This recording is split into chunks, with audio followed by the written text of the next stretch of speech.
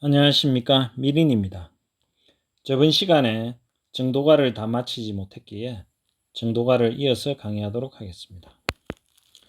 영가 형각 스님의 정도가 상근기는 한번 결단하여 일체를 요달하고 중하근기는 많이 들을수록 더욱 믿지 않는도다.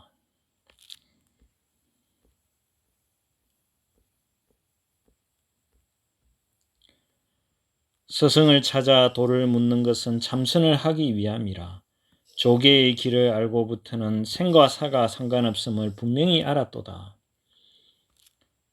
조계의 길이란 것은, 조계라는 것은 대한불교 조계종 할 때도 이 조계라는 단어를 쓰고, 순천에 송광사가 있는 그 산의 이름도 조계가 되겠습니다. 이 조계라는 것은 육조 해능 스님께서 거주하시던 머무시던 곳에 지명이 조계인데, 이 조계의 길을 알고 나서부터, 이 말은 육조 해능 스님의 가르침, 깨달음을 자기가 알고 이어받고 나서는 나고 죽는 것이 서로 상관이 없다라는 것을 분명히 알았도다, 이렇게 말하고 있습니다.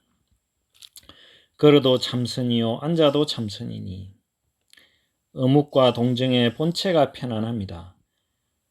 어라는 것은 말할 때, 묵이란 것은 말 없이 고요 있을 때, 동이란 것은 움직일 때, 정은 고요히 있을 때, 어묵과 동정의 본체가 편안합니다. 창칼을 만나도 언제나 태연하고 많은 독약을 마실지라도 한가롭고 한가롭도다. 이 구절은 우리가 불교의 역사에 있어서 구마라즙이라는 큰 스님이 계셨는데, 이분의 제자 중에 뛰어난 분 중에 한 분이 성조법사라는 분이 계셨습니다. 이 성조법사는 워낙 뛰어났기 때문에 그 당시 요진이라는 나라, 중국의 요진이라는 나라 임금이 이 성조법사를 탐을 내서 이 성조법사를 환속시켜서 재상으로 삼으면 천하가 이 요진이란 나라의 손아귀에 다 들어올 것이다. 그리고 태평시대가 될 것이다. 라고 생각해서 구마라즙 스님과 성조법사한테 스님께서 머리를 기르고 재상이 돼서 정치를 한다면 천하의 명재상이 돼서 백성들이 편안하고 할 것이니 환속해서 부디 재상직을 맡아주십시오. 라고 이야기하자 성조법사가 끝내 허락하지 않습니다. 재상이 무슨 소리냐. 한나라의 재상이란 건 꿈속의 꿈이고 잠꼬대 같은 소리다. 나는 무상대도를 얻어서 영원히 자유자재하면서 일체중생을 위해서 살 뿐이다 라고 이야기하니까 아무리 권해도 이 요진의 왕이 권해도 성조법사가 말을 듣지 않자 감옥에 가두어버렸습니다. 그리고 가두고 협박을 해도 듣지 않자 나중에는 이 성조법사를 죽이게 됩니다. 죽이려고 하자 이 성조법사께서 요진의 왕에게 나에게 일주일만 시간을 달라 했는데 일주일간 시간을 주니까 성조법사께서 조론이라는 책을 지었습니다. 그리고 짓고 나서 형장에 끌려갔는데 현장에 끌려 나가서 이분께서 하나의 실을 쓰고 망나니가 휘두르는 칼을 받았습니다. 이 시가 유명한 시가 있는데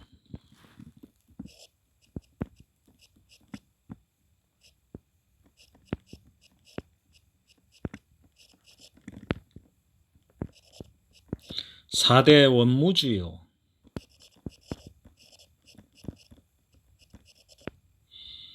온 본래공이라.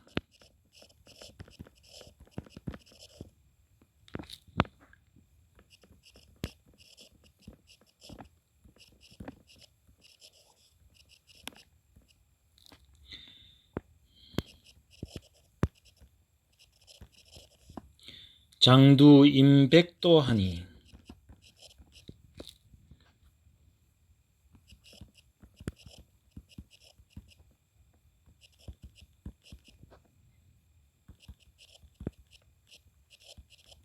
유사 참 춘풍이로다. 이렇게 이 시를 남기고 칼을 받고 돌아가셨습니다. 사대는 여기는 지수화풍, 우리 몸뚱아리를 말하죠. 사대는 원래 주인이 없음이요 오음은 본래 비었도다, 공하도다. 오음이란 거는 색수상 행식을 이야기하죠. 오온이라고도 하죠. 그러니까 우리 이 몸뚱아리와 이 정신작용이란 것이 본래 공한 것이니 장차 머리가 장두 임백도 흰 칼에 이만희 머리를 흰 칼날 아래에 내민이 유사 마치 비슷하다. 봄바람을 베는 것과 같다. 라는 시를 남기고 돌아가셨습니다. 이것이 창칼을 만나도 언제나 태어나고 많은 독약을 마시더라도 한가롭고 한가롭도다. 이 많은 독약을 마시더라도 한가롭고 한가롭도다라는 내용은 하나 예를 들면 우리 서천 28조 그리고 중국 선종의 초조이신 달마대사께서는 깨달음이 이루어 인도 땅에 있는 많은 중생을 제도하고 인도 땅에는 더 이상 제도할 중생이 본인과 인연이 있는 중생이 없어서 중국 땅으로 건너와서 자신의 깨달음을 이조인 해가대사한테 전했는데 그때 중국 당시에는 이 달마 스님의 뛰어난 가르침을 이해할 만한 분들이 극히 없었습니다. 그래서 보리류지 삼장하고 광통률사라는 뛰어난 스님들이 계셨는데 이분들은 달마대사의 가르침을 이해하지 못하고 오히려 달마대사를 비방하고 그렇게 하는 또 질투하는 마음을 내어서 달마대사께서 드시는 음식에 자주 독약을 넣었는데 어떤 때는 이 독약을 먹고 달마대사께서 토하니까 바위나 돌이 이렇게 갈라지더라 이렇게 하는 그렇게 독한 독약을 넣었다고도 합니다.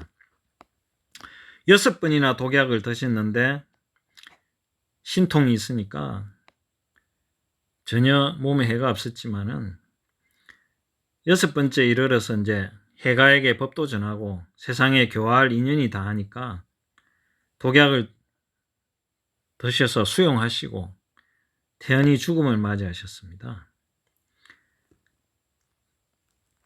그때 중국의 임금이 쇼문제라는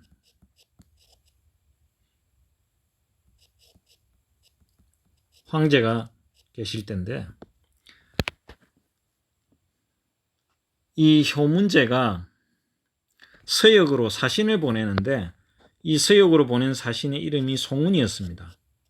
이 사신으로 간 송운이라는 신하가 서역에 갔다가 돌아오는 길에 총령이라 그러죠. 총령. 지금의 파미르 고원이 되겠습니다. 파미르 고원, 인도 땅. 여기에서 돌아오다가 달마대사를 만났는데 달마대사께서 석장에다가 그러니까 지팡이에다가 집신 한쪽을 이렇게 걸어놓고 달마대사께서 이 석장을 가지고 가면서 송운을 만나서 이야기를 했습니다. 그래서 이제 송운이 스님 어디로 가십니까 하니까 나는 서천으로 인도로 돌아간다. 그대 나라 천자는 황제는 이미 세상을 떠났다 이 말을 하는 겁니다. 그래서 송운이 이 말을 듣고 중국에 다시 들어와 보니까 이 효문제가 이미 세상을 떠났습니다. 그래서 효문제의 아들인 그 다음 황제한테 이 사실을 이야기하니까 황제가 그럴 리가 있나, 몇 년 전에 달마 스님은 벌써 돌아가셨는데 이렇게 이야기하는 겁니다. 그래서 이제 이해가 안 가서 그 송운과 이 효문제의 아들인 황제가 달마대사의 관을 무덤을 파보니까 관에 있는데 그 관 속에 집신 한 짝만 이렇게 놓여져 있더라는 이야기가 있습니다. 우리가 달마도 같은 거 보면 달마 스님이 이렇게 집신 한 짝을 석장에다가 이 지팡이 위에다가 이렇게 걸어가지고 가는 이런 그림 같은 걸 볼 수 있는데 여기서 유래한 내용입니다. 이 달마 스님은 많은 독약을 마시더라도 한가롭고 한고롭다 하죠. 우리 중생들은 이 독약이나 창칼을 만나면 육체적으로 엄청난 고통을 느끼지만 이런 분들은 그런 경지를 벌써 벗어났다라고 이야기하는 것입니다. 몇 번을 태어나고 몇 번이나 죽었던가 생사가 아득하여 거침이 없었도다.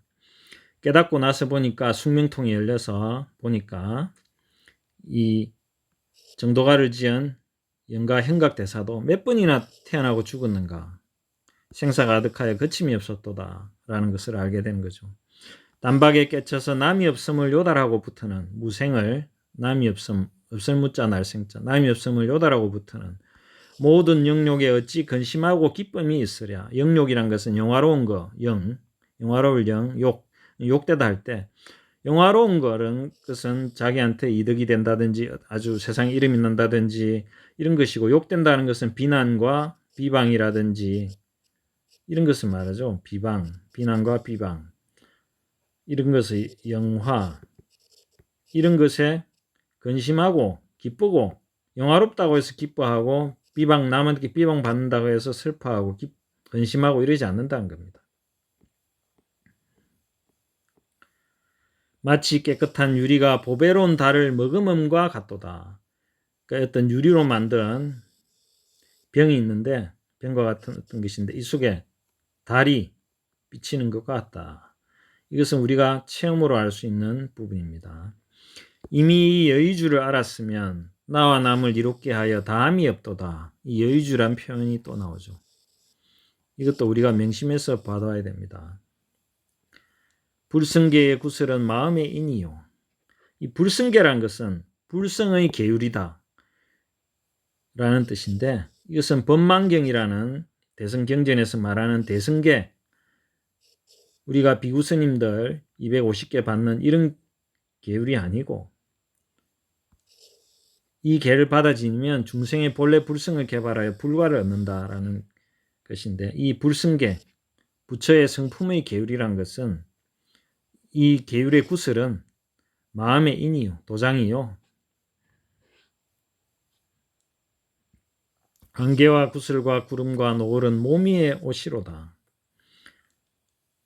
우리가 산에 머무면 안개와 이슬과 구름, 노을 이런 것을 보게 되는데 이것이 지금 이 몸 위에 입은 옷과 같아. 이런 자유자재한 해탈한 분의 마음 상태를 읊은 내용이 되겠습니다. 한 덩이 두렷이 밝음은 안과 밖이 없음이로다. 공함의 활달에서 인과를 없다고 말하면 아득하고 끝없는 재앙을 부르리로다. 이게 한 덩이 두렷이 밝음 이것도 우리가 체험하는 경계입니다. 공함의 활달에서 그러니까 공에 빠지면 우리가 악취공이라고 그러는데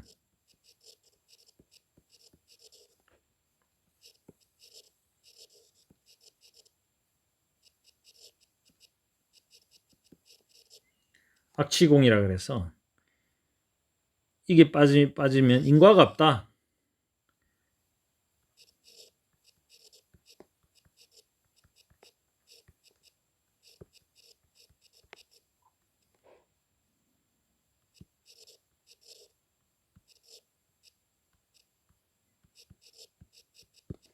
선인낙과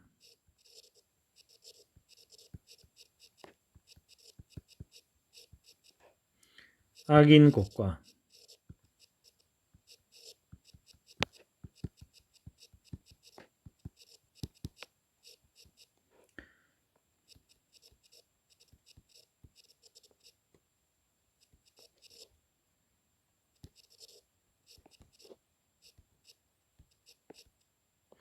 여기 인이란 것은 씨앗이라고 보면 되고 과라는 것은 열매라고 보면 됩니다. 결과 우리가 선한 씨앗을 심으면 낙과 즐거운 과보를 받는다. 그러니까 착한 일을 하면 즐거움, 좋은 과보를 받고 나쁜 씨앗을 심으면 곡과 고통스러운 과보, 결실을 얻는다. 빨리의 경전에 보면 부처님께서 너희가 님이라는 어떤 나무 열매가 있는데 이 씨앗을 심으면 이 열매가 악취가 납니다. 그런데 망고나무의 씨앗을 심으면 망고 열매가 향기롭고 달콤한 망고 열매가 달린다 그랬습니다. 그래서 우리가 좋은 일을 하면 좋은 과보를 받고 악한 일을 하면 나쁜 고통스러운 과보를 받는다라는 것은 인과가 분명합니다. 인과라는 것은 이 우주의 진리입니다.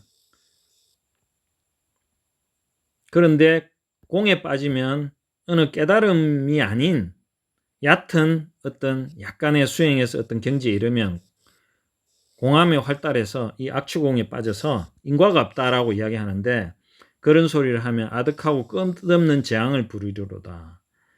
이런 이야기 하는 분들은 지금 시중에도 많은데 인과가 없다라든지 이런 이야기 하면 반드시 악취공인데 이것이 악도에 떨어져서 고통받게 됩니다.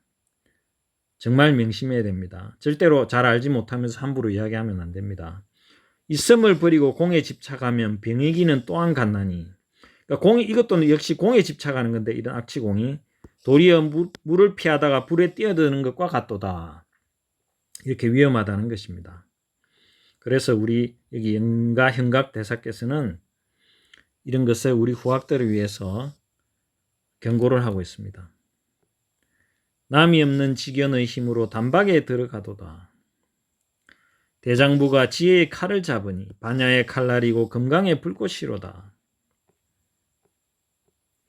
모든 부처님의 법신이 나의 성품에 들어오고 나의 성품이 다시 함께 열애와 합치하도다.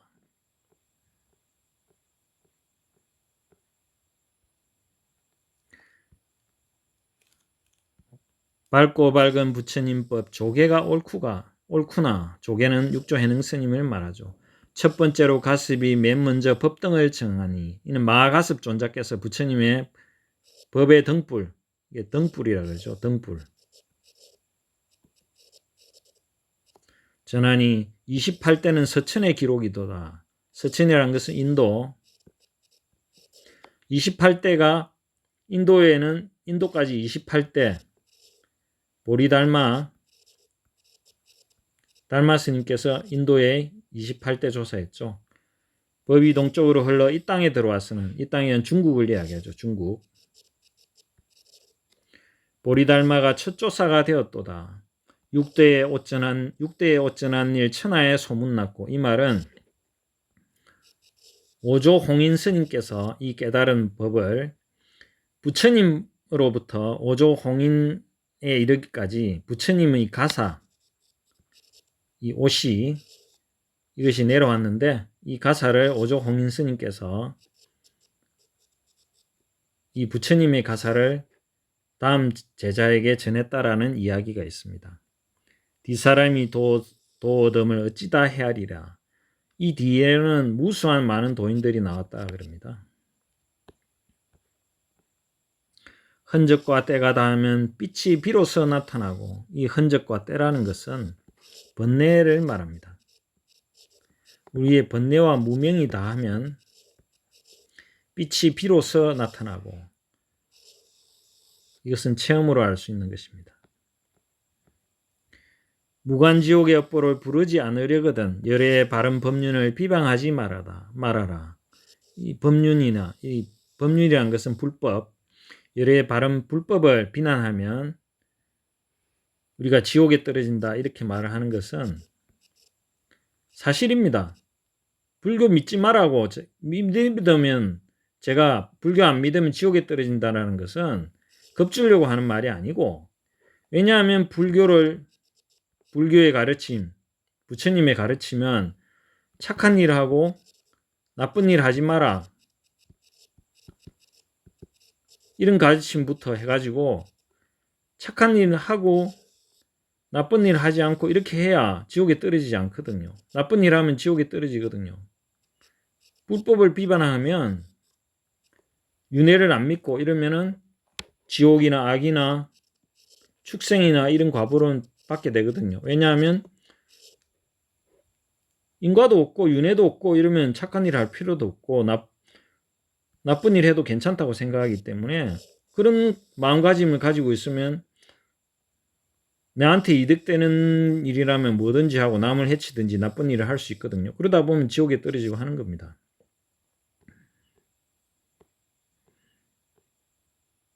한 법도 볼 수 없음이 곧 열애니 바야흐로 이름하여 관자재라 하는도다.